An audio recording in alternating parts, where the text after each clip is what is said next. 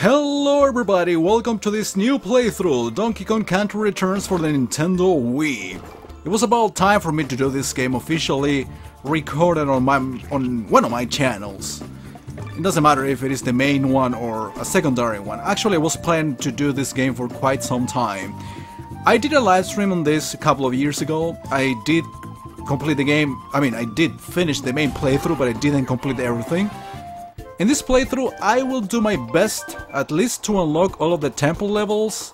Of course, I can do, live streams after I am done with the main game, for me to collect the puzzle pieces and stuff like that. But for now, I just want to enjoy the levels, rather than focusing on doing a walkthrough, 100% thing, right now.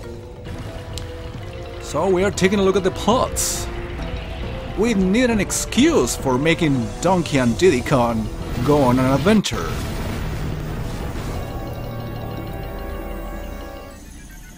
Yeah, during the cutscenes, it will be loading, freezing for like 1 or 2 seconds sometimes. It happens every time it loads the initial, or any cutscene in general. See? Well, fortunately it doesn't happen in-game, which is what matters the most. So yeah, basically it's very similar to Donkey Kong Country 1's plots. It was just a matter of stealing bananas. I don't really know what purpose K. Rool had by stealing the bananas. Actually, there were most insight on the plot in the Game Boy Advance games, providing more details, but I never pay attention to those.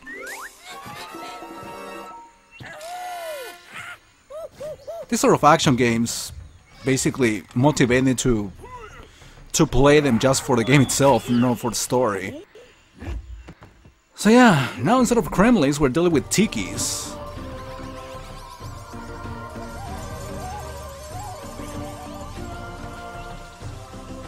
Oops, it ain't working. Try again. Oops, it ain't working either. So yeah, it's time to kick your ass for being an asshole and stealing my bananas. Shaky, shaky, shaky, shaky, shaky, shaky, shaky, shaky, shaky, shaky, shaky, shaky, shaky. Okay.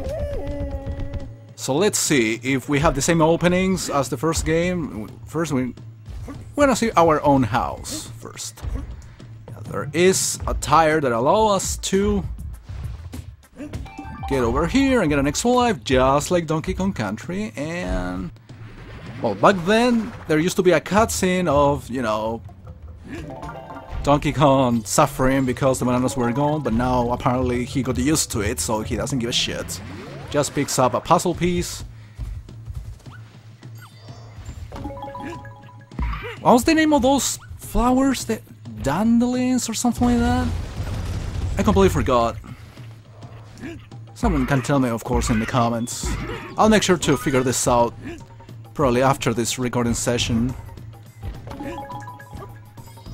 in order to name them properly for the next recordings. This is probably gonna be uploaded like a month after I'm recording it. So did I say this correctly? I said I was going to upload it, I was going to record it a month later. Yeah, well, whatever. I'm recording this in like near the end of January, so probably you're gonna watch this in near the end of February. The first time I played this game, actually I got a little bit of trouble getting used to the controls, because it's not quite the exact same thing as the original Donkey Kong Country games. There are differences, especially, the constant ground pound required, because I practically never used it in the original games. Well, game. Talking about the first one only. Yeah, of course, you gotta use the blowing ability to pick up certain objects. Some of them puzzle pieces, some of them coins, some of them extra lives. No, I don't think you can get extra lives out of those. But, goodies. You have a limited amount of time to grab these bananas. This is for a puzzle piece, by the way. Again, I will do my best to get everything first try. I mean, as much as possible. Even if I promise to do my best, I definitely won't get all the puzzle pieces, for example, in the first attempt. Letters are easier to get because they are on plain sight for the most part. It's hard to really see a super hidden letter. You know, by collecting all the letters, you are able to unlock one of these secret temple levels after you are done with the main stages of a certain world before fighting the boss. So yeah, that's totally possible to do in the first attempt. Probably that's what I'm gonna be doing. For example, if for whatever reason I don't get all the letters in the first attempt, I will replay the level. Probably that's what I'm gonna do. Basically to show you how to get a certain letter. When I did this on a live stream a couple years ago, because I streamed this twice, once on Deep Gamers, which was actually kind of a blind run, and the second time was on my personal channel a couple years back. No, it was a year ago when I finished it. And I think I did get all the letters in all the stages. Onto World 8. Nice, I recovered at least one of the hearts.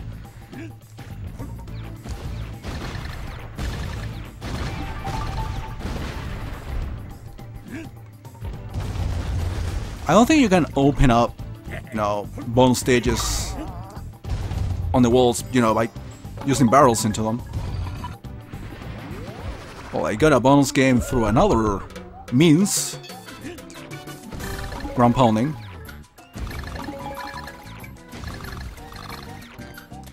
So yeah, that's basically how this playthrough is gonna work. I'm not gonna do a walkthrough of it. It's just kind of a casual playthrough, of course, showing deaths if necessary, because I will be dying a lot, of course. That's kind of a common tendency in this game. Of course, you won't see me game over because I will be buying enough lives at Crankies. You know, you can do that. You can buy keys, useful stuff in general. Probably, as I said before, in the case of puzzle pieces, for the ones that I'm missing, because I think you unlock another special level or stuff like that if you get them all. You can use squawks in order to, you know where the puzzle pieces are in the levels.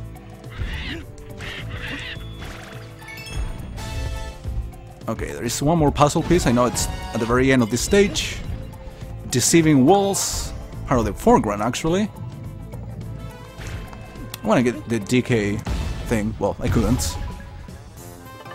Actually, I could have done it, but I didn't have enough patience to wait until the proper time. Yeah, good thing about the puzzle pieces, you just need to grab them once, and after you die, it will be considered as obtained. Alright, let's do one more level.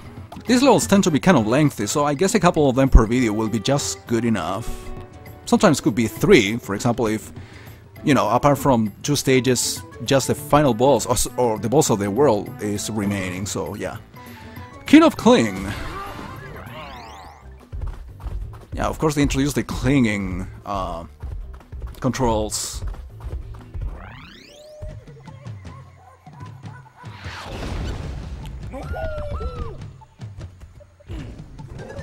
No secrets over there, okay. It's always necessary, I guess, to check out the very beginning of a level if there is a hidden wall or something similar.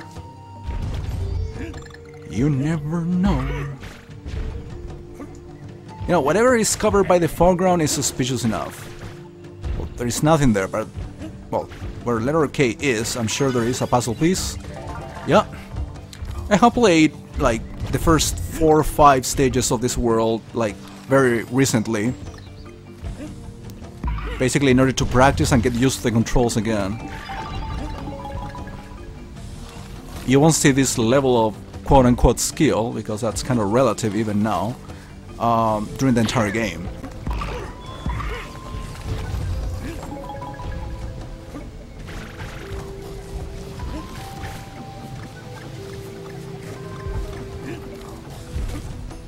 There's another one, I'm sure. There it is.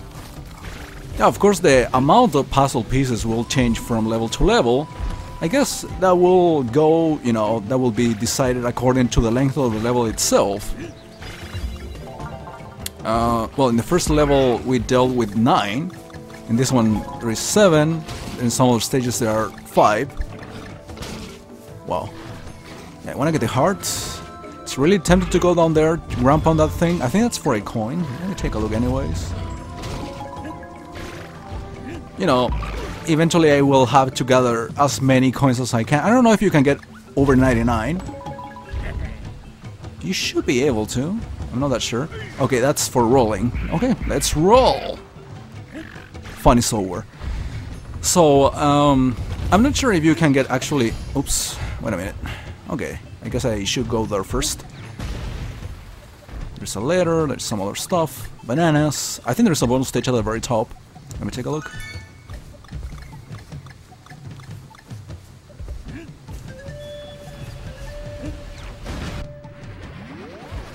So yeah, the idea of collecting a lot of coins basically has to do with not only buying lives in order to survive, because, I mean, of course I will be losing a lot of lives, but I will be able to win a lot of lives at the same time in the levels themselves, or through the purchase at Cranky, as I said before, at Cranky's. And also I want to save for Squawks, because I think Squawks is kind of expensive. We're gonna take a look when we are done with this level. I think we'll be having access to Cranky's house in this world.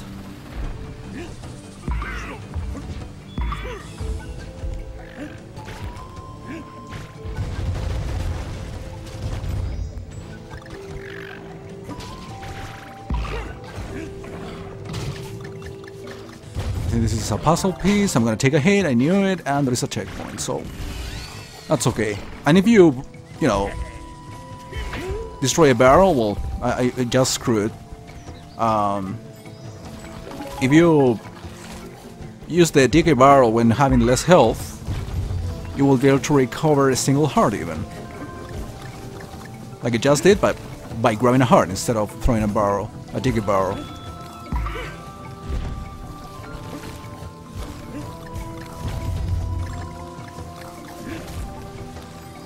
I know all of this stuff to ground pound and blow is completely optional, but again, I'm looking for coins, so I will be doing that, taking my time to beat the levels. I know this sort of farming activity, instead of just trying to quote-unquote speedrun the level or beat it fast enough, you know, going straight to the exit, kind of annoys certain people. Farming, grabbing coins, or you know, or bananas or whatever. But you know, my style of gameplay in general, an item whore for the most part. But what I don't like to do in general is, especially in those games in which I don't really know much about, is to explore for too long in the same spot, especially during a recording. That's probably better on a live stream because you have no time limits. I mean, of course on YouTube you have no time limits either.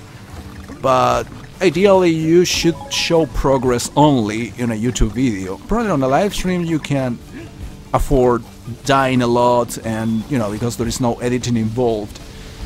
So in this case, since I'm doing a pre-recorded thing, I would prefer just to go straight forward through the levels and try not to explore, I mean not to try to find secrets too much or take too long to do that, basically because this is a recording and it's relatively short. Basically I'm explaining the whys of pretty much all of the most common questions I receive on YouTube. Shaky, shaky, shaky, shaky. 15 bunches of bananas. I don't know what a bunch is in terms of, you know, amount of individual bananas. Okay, we're gonna take a look at Cranky's house to see the prices of the items. I know you can spend 1 coin, 3 coins, or 7 coins to get a certain amount of lives. Oh, it's 1 life, 3 lives, and 7 lives. 3, 7, and 15 coins necessary, respectively. In the case of Squawks, you need 15. So yeah, if you get like 99 coins, you will be able to buy around 8 Squawks, if my maths don't fail on me too much. Heart boost, I never needed it. Banana juice makes you temporarily invincible. Actually, I had no idea about this item, never actually paid any attention to it. And the map key, which allows you to take another path to get to the end of the world. Basically, it's an optional level that you will be able to play, and of course, since I want to play all of them, at least the ones that are on plain sight, I will of course do that and spend money. So yeah, that's why coins are super necessary in games like this. Okay, I think I'm done for the time being. Next time we're gonna play a couple more areas. I don't think I'm gonna be finishing the world. Probably that would take a third, even a fourth video if we are gonna play the secret level immediately. So yeah, thanks for watching. I hope you enjoy this playthrough as much as I am enjoying to do it right now. So thanks for watching. See you next time.